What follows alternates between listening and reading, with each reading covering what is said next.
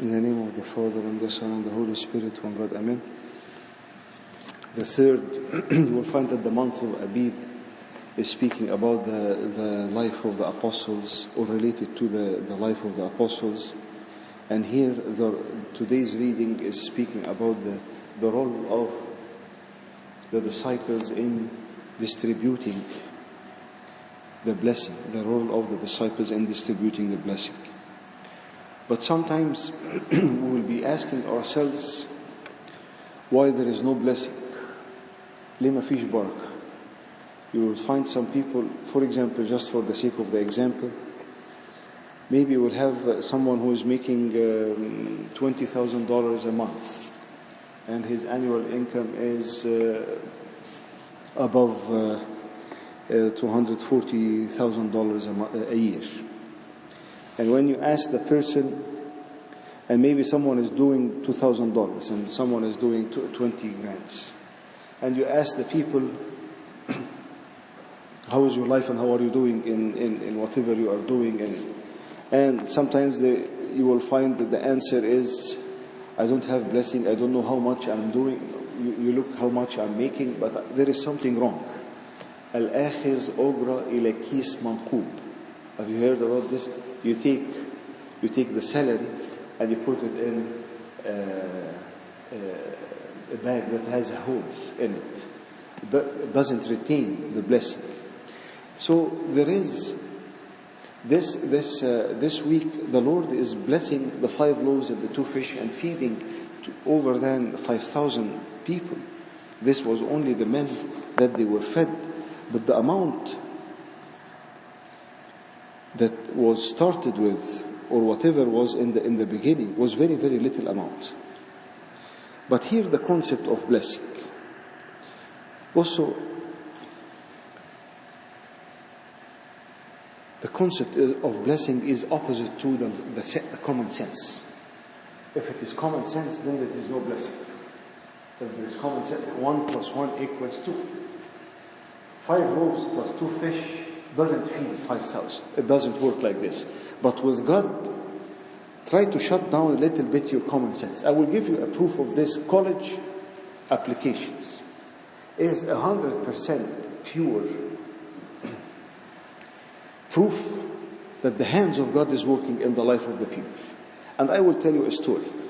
I was in a youth retreat, and 2 different Sunday school servants came to me. They don't know each other, but it happened that both of them are applying for, I will change a little bit of details, but both of them are applying for medical school, and both of them are having their MCAT scores, and both of them are having the grades. And I don't recall the exact numbers, and don't quote me on the numbers, but this was the setting. The setting was someone with a GPA 3.9. The MCAT score is high, and the other one, his GPA was much less, and the MCAT score is much less. And both of them got the same interview in the same school.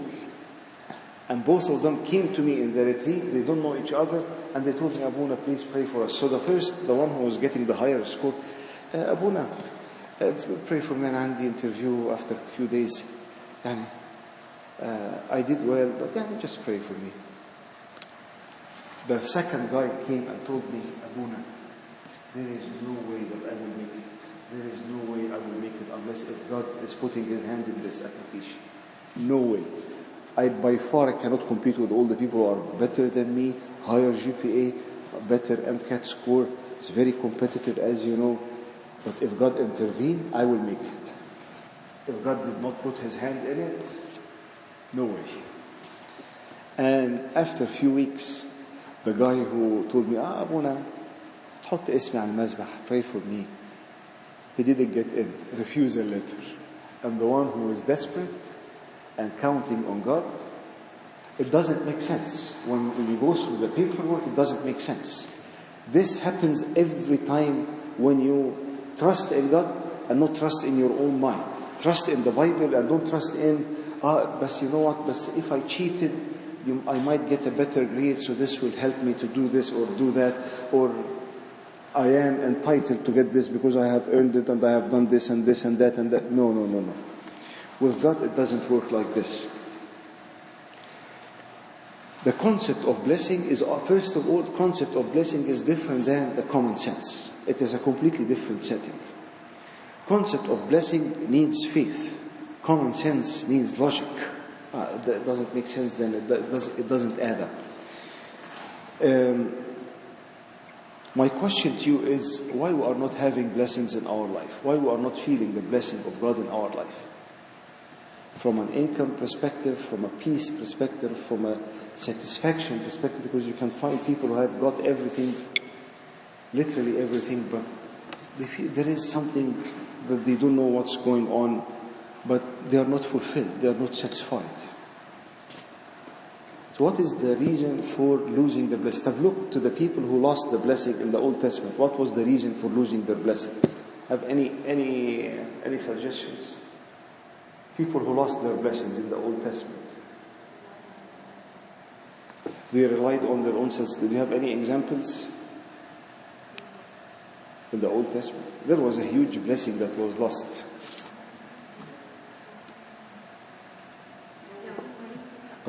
Jacob and Esau.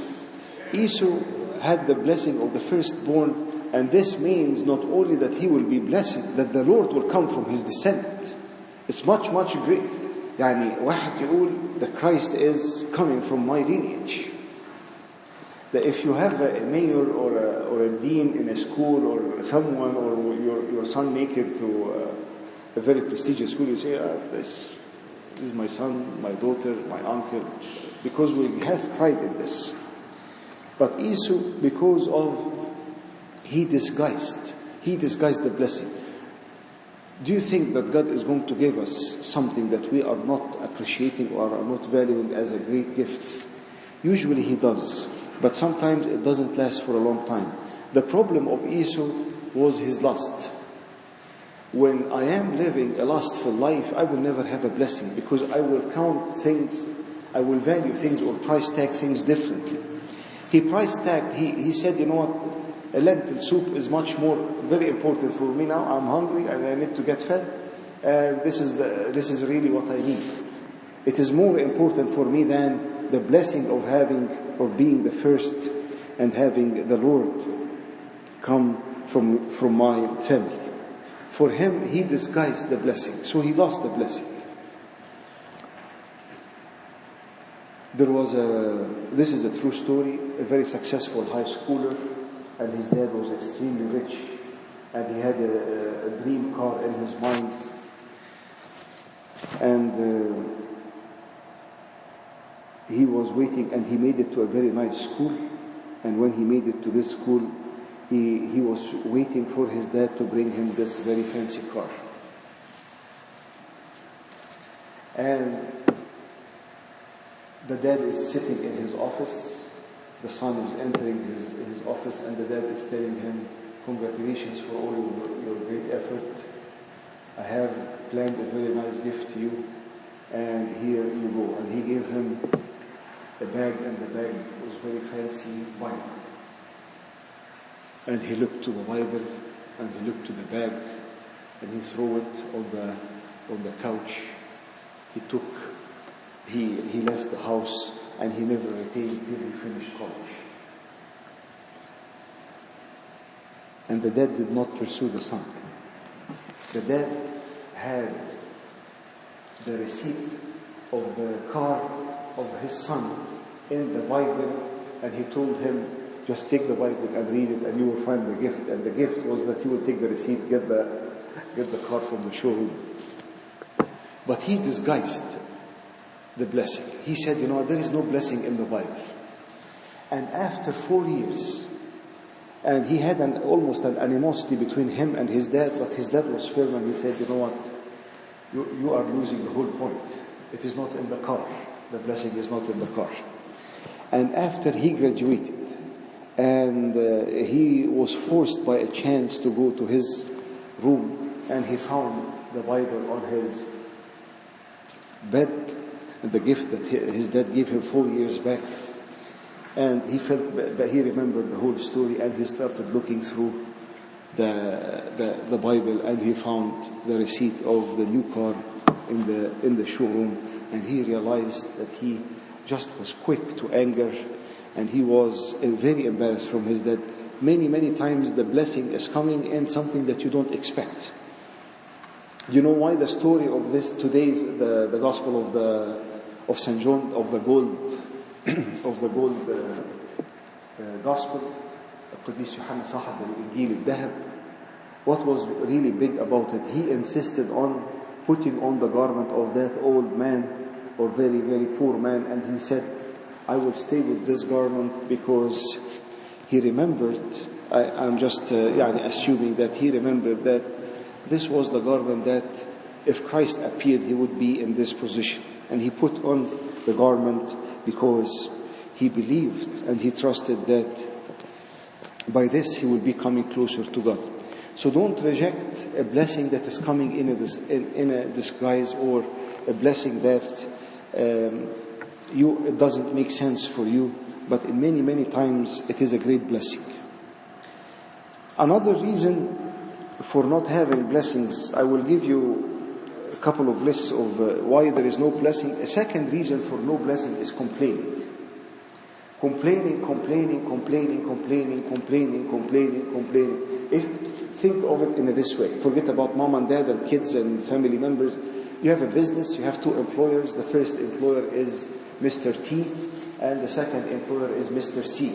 And Mr. T is always giving thanks, and appreciative of the business. And thank you, Mr. B, the boss, and you have done all these great things for us. We highly appreciate your effort. Thank you. And the other one complaining. If you have a tight in budget, whom you are going to fire? The one who is giving you hard time. The one who is making you miserable every day by complaining. If you have a raise, whom you are going to give to? The one who is thankful, not the one who is complaining. And the one who has will be given more, and the one who does not have the things that he has will be taken away from him.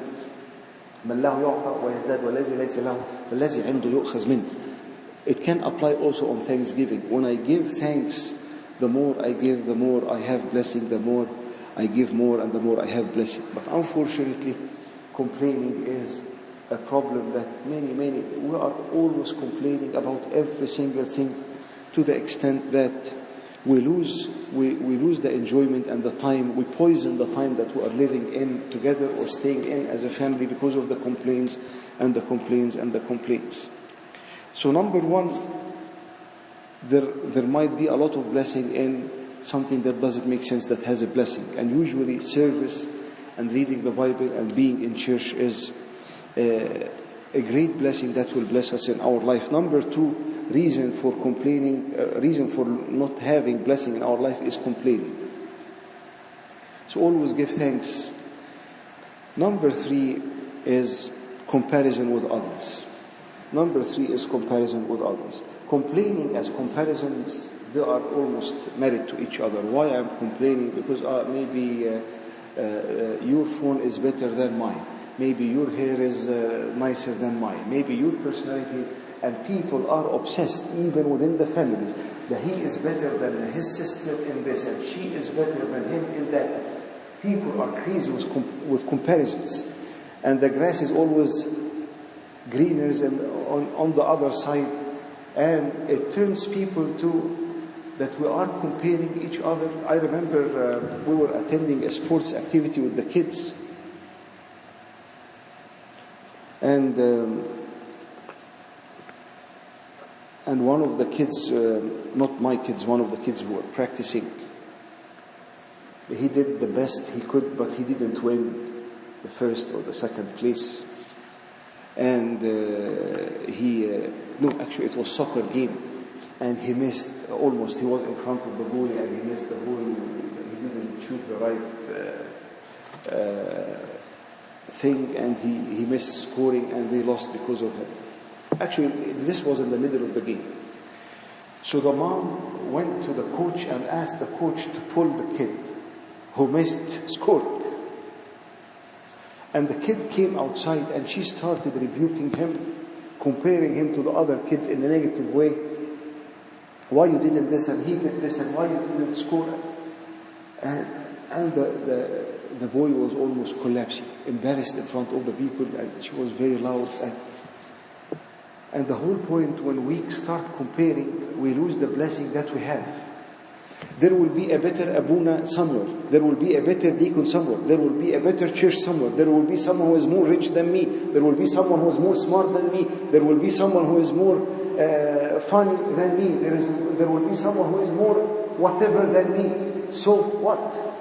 Be content with what you have and stop complaining and stop comparing to each other. The comparison is a poison that poison the relationships, poison houses, poison families, lead for divorce, poison your life, and you feel that, you know what, I'm not happy with what I have because I'm obsessed with what others are having and I don't have, and I'm not thankful, and I start going in the envy cycle. It's a vicious cycle that ends nowhere. I think I told you this, but this is one of the very nice things I learned here in the US. The best word that you will learn or hear, it's good for you. If you have a Middle Eastern friend and an American friend, and the Middle Eastern will assume that he or she are Egyptians and they are not that doing well in their life financially, and you got a new car, and you go show it to your Middle Eastern or Egyptian friend. Congratulations, how did you get it? I know that you don't have that good score, and how did you get this car, and how much are you paying every month, and will you be able to sustain the payment of this car? Is it lease? What's going on? You go to an American friend, congratulations, good for you. That's it. Good for you. Very weird wiring. I don't know why, but this is very weird. Good for you. بس كده. No questions, no comparison, no complaining. It's good for you. بفكركم بحد ولا ايه؟ It's unbelievable. We are the comparison is taking over the minds, and is taking over the minds of people and the families. And this, they did a research about the first thing that leads to divorce. Not the main thing, the first thing that leads to divorce. And a very famous guy who did this research, his name is John Gottman, and he said the first thing you start comparing your spouse with your relative or your neighbor, and this when start that you are dissatisfied, not happy with your spouse, then you start comparing, then you start complaining, and then it's endless. Comparison, it has a rule. If you want to compare, two things. Compare with those who are higher than you in two categories: the spiritual category and the educational category. Because if I kept comparing myself, if I'm praying the 7 prayers and I think that I am the most holy Abuna on the universe, and I just read the story of Amba Pshur, who is praying from sunset to sunrise. Where am I from Pshur? I'm just starting.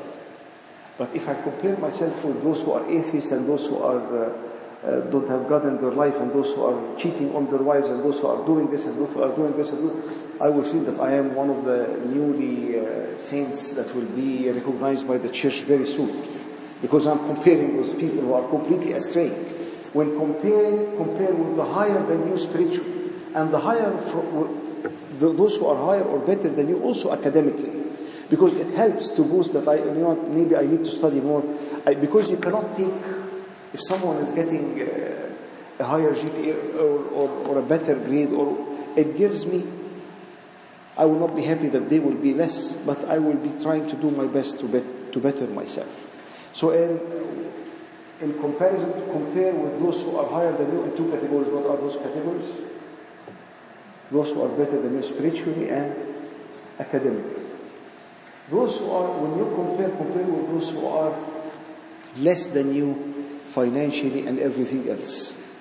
So you will give thanks, and you will give the credit to God, and you will appreciate what you have, and you will be happy, and you will enjoy the things that God has given you. May God give me and give each one of us that we will not forget or refuse a blessing that is coming in disguise, that we will remember that complaining is a source of losing the blessing, and we need to give thanks. And the last thing, comparison. And when you compare right. People who are better than you spiritually and academically, and people who are less than you in every other category, to whom is the glory forever and ever. Amen.